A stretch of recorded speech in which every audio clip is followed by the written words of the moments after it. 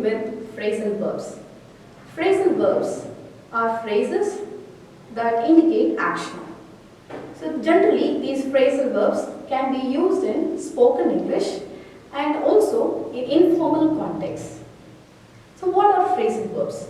Phrasal verbs are a combination of a main verb and a preposition or an adverb. Okay, so phrasal verbs are a combination of a main verb like look, go, get, drop, and etc. with that of a preposition or an adverb like over, on, off, through, etc.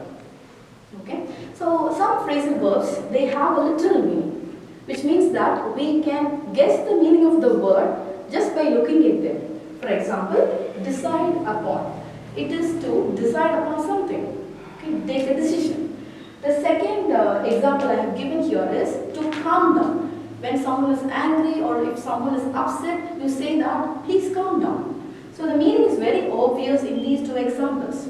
On the other hand, some phrasal verbs have idiomatic or figurative meaning. For example, get over.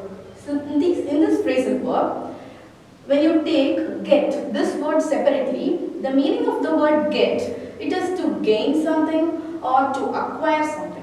On the other hand, we have a preposition here, over, which means to be above, to be higher than something. Okay? But when these two distinct words are combined together to form a phrasal verb, the meaning that we get is overcome, to recover. It might be a physical loss, it might be any kind of material or emotional loss. So in a situation wherein you try to come out of a difficult situation, you tend to use this particular phrasal verb, that is get over.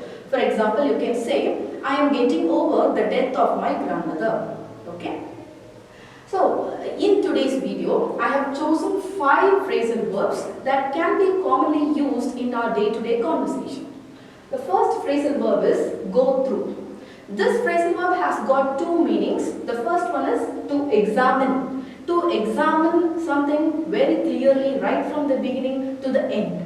Okay? For example, you can say, go through the book. Okay? The second meaning this phrasal verb has got is to endure or to suffer. So when someone is going through a really hard situation or a rough phase in their life, you can use this particular phrasal verb. For example, she is going through a hard time. She is going through a difficult situation. Okay? In the second phrasal verb, take after, it means to resemble. It means to say that to be similar in terms of appearance or skill, likes, dislikes, disposition, attitude, character to an older family member. It might be your father, your mother or your grandparents. Okay, if you resemble any of your family member, then you can use this particular phrasal verb. For example, she takes after her mother. He takes after his grandfather. Okay. The third example, phrasal verb, call off. It means to cancel or abort an event, a program, okay, an already pre-planned situation. Okay, if you want to cancel something, then you can use this particular phrasal verb, call off. Meaning, the meeting was called off due to heavy rain. So, due to heavy rain, the meeting was cancelled. So, instead of using the word cancel, you can use this particular phrasal verb, called off.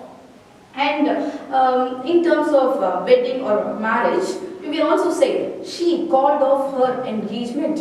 Okay. The next phrasal verb is drop off. So this phrasal verb has also got 2 meanings. The first one is to sleep. The second one is to take. So when someone is sleeping, you can also refer to that sleep with the help of this phrasal verb, drop off. You can say, he dropped off in his seat while the meeting commenced. Okay. And the second meaning is to take something or someone from one place to another. For example, you can ask someone, can I drop you off? Can I drop you off today? Okay. The final phrasal verb of today's session is drop out. It means to cease.